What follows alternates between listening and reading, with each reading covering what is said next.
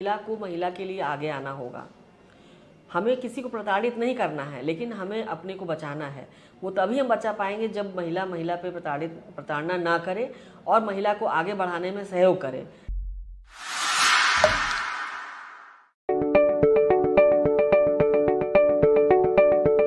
राह की खार ही क्या, गुलों को कुचलना है तुझे।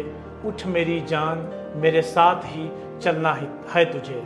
आजमगढ़ से ताल्लुक़ रखने वाले प्रगतिशील शायर कैफ़ी आज़मी साहब, जिससे ये हिंदुस्तान का कोई ऐसा शख्स शायद ना हो जो वाकिफ़ ना हो, उन्होंने महिलाओं के उत्थान के लिए, महिलाओं के सशक्तिकरण के लिए जो ये लाइनें कही थीं, इसकी व्याख्या करने की आवश्यकता नहीं है। लेकिन उसके बावजूद भी महिलाओं के साथ जो समाज में आज भी ज़्यादतियाँ होती हैं, जिसका ये समाज, ये देश गवाह बना, निर्भया से लेकर के हाथरस तक की घटनाएं दिल दहला देती हैं।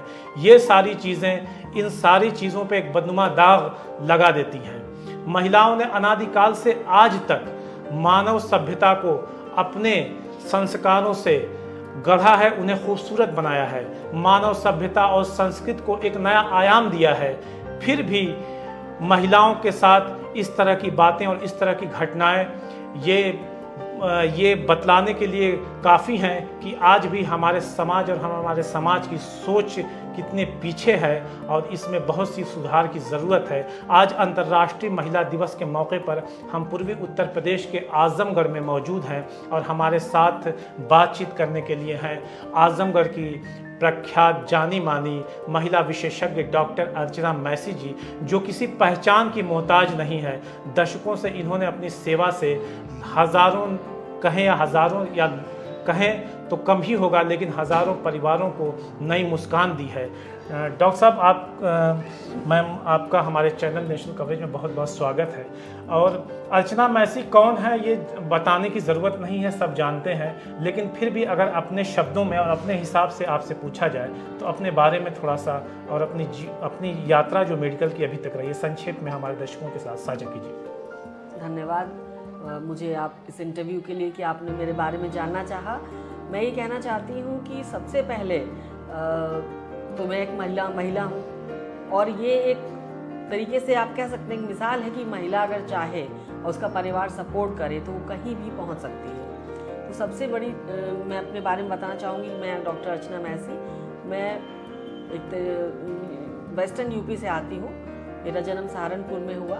मेरी माता पिता लेबर वेलफेयर डिपार्टमेंट में काम करते थे और वो लोग प्रगतिशील विचारधारा के थे और उन्होंने बेटा बेटी में कभी भेद नहीं समझा और हमेशा हमें अच्छी एजुकेशन दी, अच्छे संस्कार दिए। और मेरे पिता की इच्छा थी कि मैं डॉक्टर बनूं और उन्हीं की कैंसर से डेथ हुई। उसके बाद उन्हीं की समझिए कि इच्छा को पूरा करना था और हमें भी डॉक्टर बनने की चाह थी। तो हमने फिर पढ़ाई करी, हमारी मदर ने हमें सपोर्ट किया, हमारे पूरे परिवार ने हमें सपोर्ट करा और फिर हमने अपना ये कैरियर शुरू किया। आज़मगढ़ में आने का मौका हुआ, उसके बाद में फिर यहीं लोगों का प्यार मिला, यहीं प्रैक्टिस हुई। जाना तो हमने बहुत चाहा, अपने तरफ चले जाएं, लेकिन फिर कुछ ऐसे हालात हुए कि यहीं रहे और यहाँ बहुत मान सम्मान प्यार मिला और बहुत हमें भी खुशी है इस प्रोफेशन में। और बाकी जो आप पूछना चाहें। ठीक है, आप महिला दिवस को आप किस नज़रिए से देखती हैं? आज अंतर्राष्ट्रीय महिला दिवस है, तो अभी महिला दिवस के दिन काफ़ी सारी बातें होती हैं, लेकिन जिस तरह से देश और समाज के सतह पे जो घटनाएं सामने आती हैं, जो बुज़ुर्ग से छोटी बच्ची से लेकर बुज़ुर्ग महिलाओं तक जिस तरह से घटनाएं सामने आई कुछ पिछले समय में और आती ही रहती हैं, इसके बारे में आपका क्या कहना है? जैसे ये तो तभी संभव हो सकता है ना कि जैसे हर घर में और हर समाज में जो संस्कार के बीज होते हैं, वहाँ अगर महिलाओं के सम्मान के बारे में बात की जाए तभी ये ग्लोबल लेवल पे ये सफल हो सकता है। आपका इस पर क्या राय है? मेरी तो यही राय है कि सबसे पहले तो घर से ही शुरुआत होनी चाहिए। घर में हम बेटा बेटी में भेद ना करें। जैसे कि एक चाहत हो रही है कि हर एक को बेटा चाहिए, ये बात मतलब अपनी जगह ठीक है, बेटा बेटी दोनों ज़रूरी हैं, लेकिन सब कुछ घर से ही पहले स्टार्ट होगा। पेरेंट्स के मन में जब तक ये बात नहीं आएगी दोनों एक हैं, फिर उसके बाद स्कूलों में एजुकेशन ही मेन इसका तरीका है। जो हम जब तक हमारे मानसिक तरीके से मन में हमारे बदलाव नहीं आएगा, प्रैक्टिकली हम कुछ नहीं कर पाएंगे। बोलने से, जुमले कहने से कुछ नहीं होगा।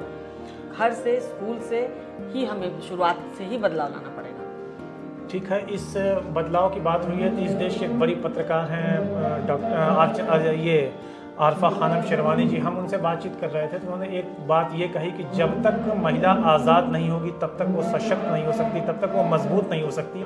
एक आज़ाद ख्याल महिला ही इन सारी संभावनाओं को पूरी कर सकती है, उसके अंदर ये पूरी करने का मादा आ सकता है। इसके बारे में आपका क्या कहना है? बिल्कुल, फाइनेंशियल फ्रीडम एक अपने में बहुत ज़रूरी चीज़ है, लेकिन पहले की महिलाओं में, जैसे कि हम अपनी नानी दादी के ज़माने में देखते थे, मुझे लगता तब कहीं ना कहीं एक किस्म की प्रताड़ना कम थी। कहीं कहीं शुरू में शायद हमने तो अपने घरों में इतना नहीं देखा, आज़ादी थी उन लोग को तब भी, लेकिन आज के दौर में तो ये ज़रूरी है फाइनेंशियल फ्रीडम हो, और उसके लिए सबसे बड़ी चीज़ एजुकेशन। अगेन एजुकेशन, अगर हमारी महिलाएं जागरूक होंगी और एजुकेटेड होंगी तो वो अपने आप ही फाइनेंशियल फ्रीडम को हासिल कर जैसे ट्रेंड बन गया अभी भी।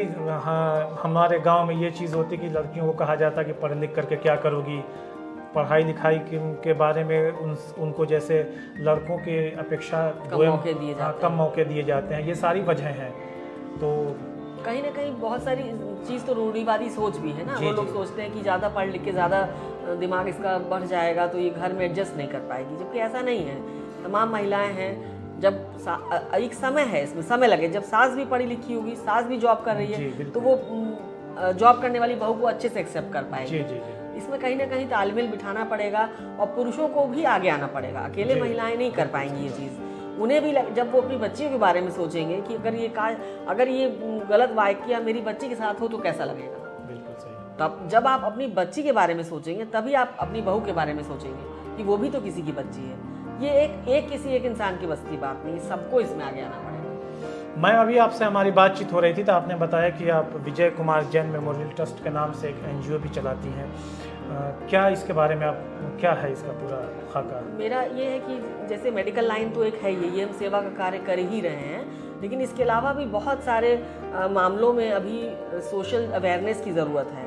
इसके तहत हम नेचुरल फार्मिंग को प्रमोट कर रहे हैं, क्योंकि हमारा देश का या पूरे वर्ल्ड का कहिए पेस्टिसाइड्स और आपकी फर्टिलाइज़र्स, अननेचुरल केमिकल फर्टिलाइज़र्स से हमारी ज़मीन ख़राब हो रही है। इसके अलावा उपजाऊ क्षमता उसकी कम हो रही है। आने वाले कुछ सालों के बाद हमारी ज़मीन की उपजाऊ क्षमता इतनी कम हो जाएगी कि उसकी वजह से वॉर्स होंगी, खाना ही नहीं पैदा होगा, उसकी वजह से हमारा जल भी प्रदूषित हो रहा है।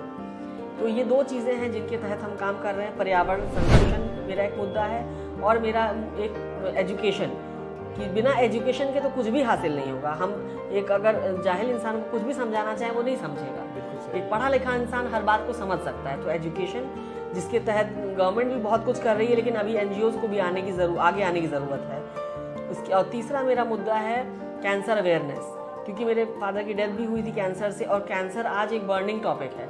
हर 1000 इंसान के बीच एक आदमी कैंसर से ग्रस्त है। इतना तेज़ी से कैंसर बढ़ रहा है और इसके तमाम कारण हैं। तो इसके लिए अवेयरनेस के लिए हम लोग काम कर रहे हैं। तो ये हमारे चैनल के माध्यम से कुछ अवेयरनेस की बातें आप बता सकती हैं, तो अगर बस आप बताइए कि कैंसर अवेयरनेस में लोगों को किन बातों का ध्यान देना चाहिए, कैंसर रोग कैसे रोका जाए रोकथाम के लिए। क्योंकि हम यही कर सकते हैं। फिलहाल एक आम आदमी इलाज तो है नहीं, उसका इलाज तो बहुत शायद कम है, इलाज भी है, उस स्टेजेस पे पता नहीं चलता। मेन बात है कि हम अगर ऐसी चीज करें जिससे कैंसर हो ही ना, प्रिवेंट, कुछ चीजें हैं जो हमें प्रिवेंशन, और दूसरा अर्ली डिटेक्शन, मतलब जैसे जल्दी जान लेना, जैसे मतलब लक्षणों को पहचानना। अच्छा हाँ, जैसे एक तो प्रिवेंशन हो गया। प्रिवेंशन के तहत आता है आपका पोल्यूशन को रोकना। पोल्यूशन में जैसे इस नेचुरल फार्मिंग में मेरा ये भी वो है, क्योंकि हम जब कीटनाशक और फर्टिलाइजर्स को कम से कम यूज करेंगे तो जो खाना हम खा रहे हैं कहीं ना कहीं वो अवशोषित भी तो करता है सब चीज़ों को। जैसे विदेशों में एक लोगों के पास ऑप्शन होता है कि फर्टिलाइजर युक्त भी खाद्य पदार्थ मिलते हैं, ऑर्गेनिक और ऑर्गेनिक भी मिलते हैं, लेकिन अभी भारत में ऐसा संभव नहीं हो सका है। इसीलिए हम लोग काम कर रहे हैं, क्योंकि अब नेचुरल फार्मिंग भी आजमगढ़ में भी 250 से 400 किसान हैं जो जिन्होंने इस चीज़ को अपनाया है। ये केमिकल मुक्त खेती, ये देसी गाय के गोबर और यूरिन से बनाया जाता है। आप लोग श्री सुभाष पालेकर की नेचुरल फार्मिंग को अगर आप पढ़ना चाहें तो यूट्यूब चैनल्स हैं इसके लिए। और उसमें वो एक ही लैंड पे 5 क्रॉप एक साथ बहुफसलीय, अगर आप मेरा देखेंगे तो गौ आधारित 0 बजट बहुफसलीय प्राकृतिक खेती को हम लोग प्रमोट कर रहे हैं। एक ही लैंड में एक साथ 5 फसल आप उगाते हैं। जिनकी क्रॉप, जिनकी जैसे हार्वेस्टिंग अलग अलग टाइम पे होती है, तो उसका खेत भी खाली नहीं रहता, और वो गोबर और यूरिन और कुछ प्राकृतिक चीज़ें मिलाकर ही वो खाद बन जाती है। और इस तरह से कीटनाशक भी पत्तों के द्वारा बनाया जा सकता है, जिससे कि हमारी जो सॉइल है वो प्रदूषित होने से बचती है, और जो भी हम डालते हैं वो अंदर छन के वाटर बॉडी में जाता है, वो वाटर बॉडी भी प्रदूषित होने से बचती है, और उसका मानव इंटेक करता है, उससे नुकसान होता है। इंसान जो खाता है, कैंसर का प्रमुख कारण ये भी है। एक प्रमुख कारण पोल्यूशन है, और जो व्हीकल्स हैं, जैसे ऐसी चीज़ें हमें और लानी होंगी जो कि हमारे व्हीकल से जो धुआं निकलता है ये भी प्रदूषण कर रहा है, और टोबैको इसमें बहुत बड़ा कारण है, बहुत बड़ा कारण है माउथ एंड लंग कैंसर के लिए टोबैको। इसका उपयोग कम से कम ना के बराबर या ना करें, सबसे अच्छा तो ना करें, इसको बैन करना चाहिए। और अधिक अल्कोहल लेना, अधिक फैटी फूड लेना, और प्रिजर्वेटिव्स भोजन, जैसे जो डिब्बा बंद पदार्थ हैं, उनके अंदर हमेशा प्रिजर्वेटिव पाया जाता होता है। जी। तो अगर प्रिजर्वेटिव हम यूज करते हैं तो ये भी कहीं ना कहीं कैंसर कारक होता है। अच्छा, मतलब फैटी फूड भी कैंसर के कारक? अधिक फैटी फूड और अधिक अल्कोहल इंटेक भी आपके कैंसर को प्रमोट करता है, आपके स्टमक के और लिवर के कैंसर को ये प्रमोट करता है। और हम जो प्रदूषित पानी पीते हैं, तो प्रदूषित हवा हम ले रहे हैं, ये सब कुछ कैंसर कारक है। और आपका रेडिएशन, अब मोबाइल रेडिएशन है जैसे, ये सब चीज़ों को भी कम करना है। ये भी आजकल के बच्चों में देखा जा रहा है कि ब्रेन कैंसर का कारण बन रहा है। रेडिएशन से भी अपने को बचाना है, कम से कम हमें स्क्रीन टाइम रखना है, अपना स्क्रीन टाइम रिड्यूस करना है।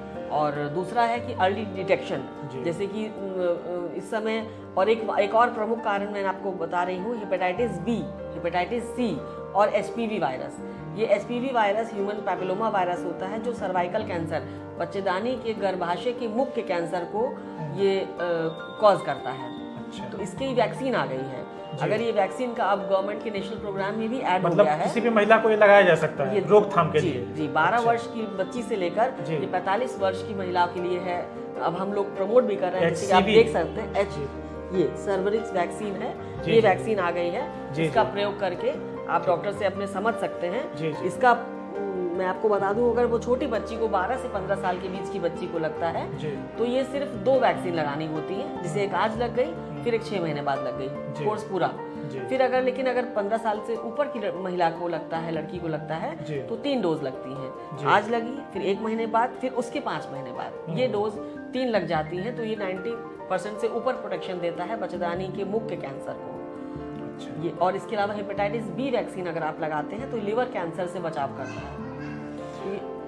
ये 2-3 वायरस हैं जो आपके इन वैक्सीन द्वारा प्रिवेंट किए जा सकते हैं। ठीक है मैम, आपका काफ़ी समय मैंने लिया, और फिर किसी मुद्दे पर आपसे बातचीत होगी। और एक आखिरी सवाल कि आप खुद अपने आप में एक मॉडल हैं, एक उदाहरण है, महिला होकर के जिस तरह से आपने अपने माँ बाप का नाम रोशन किया, परिवार का नाम रोशन किया, इस ज़िले का नाम रोशन कर रही हैं। तो अंत में महिलाओं को क्या संदेश देना चाहती हैं उनके सशक्तिकरण के लिए, उनके आत्मनिर्भरता के लिए, और उनके आगे बढ़ने के लिए? जैसे कि स्लोगन्स बहुत आते हैं कि बेटी पढ़ाओ, बेटी बचाओ, लेकिन ग्राउंड पे कुछ और हो रहा है। इस पे एक अपना संदेश आप। मेरा सबसे बड़ा संदेश यही है कि महिला को महिला के लिए आगे आना होगा। हमें किसी को प्रताड़ित नहीं करना है, लेकिन हमें अपने को बचाना है। वो तभी हम बचा पाएंगे जब महिला पे प्रताड़ना ना करे और महिला को आगे बढ़ाने में सहयोग करे। ये नहीं कि हम खुद ही बढ़ गए, हमें दूसरे को भी बढ़ाना है।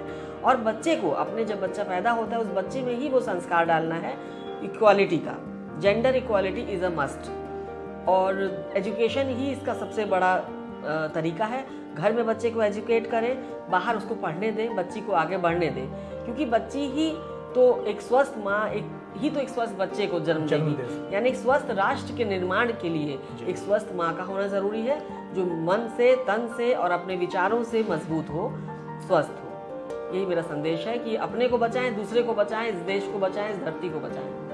बहुत बहुत धन्यवाद। ये थी डॉक्टर अर्चना मैसी जी, जिनके विचारों को आप अंतर्राष्ट्रीय महिला दिवस पे आजमगढ़ से सुन रहे थे, जिनका साफ तौर पे कहता है कि अगर महिलाओं को सशक्त करना है, उनको आगे बढ़ाना है, तो ये शुरुआत घर से होनी चाहिए। उनको आज़ादी मिलनी चाहिए कि वो पढ़ लिख सकें, आगे बढ़ सकें। और सबसे ज़रूरी चीज़ इसमें एजुकेशन है, और हायर एजुकेशन जब तक महिलाओं को पाने का अधिकार उनके घर के माहौल में, उनके पेरेंट्स के द्वारा, उनके घर वालों के द्वारा नहीं प्रदान किया जाएगा, तब तक ये स्लोगन्स जो बेटी पढ़ाओ, बेटी बचाओ और तमाम तरह की जो चीज़ें होती हैं, जो दावे होते हैं, जो स्लोगन्स हैं वो सिर्फ इसी तरह से धता ही साबित होते रहेंगे। बहुत बहुत धन्यवाद। मैं नेशनल कवरेज के लिए मोहम्मद अख्तर, साथ में इस खबर में मेरे साथ हैं आदित्य।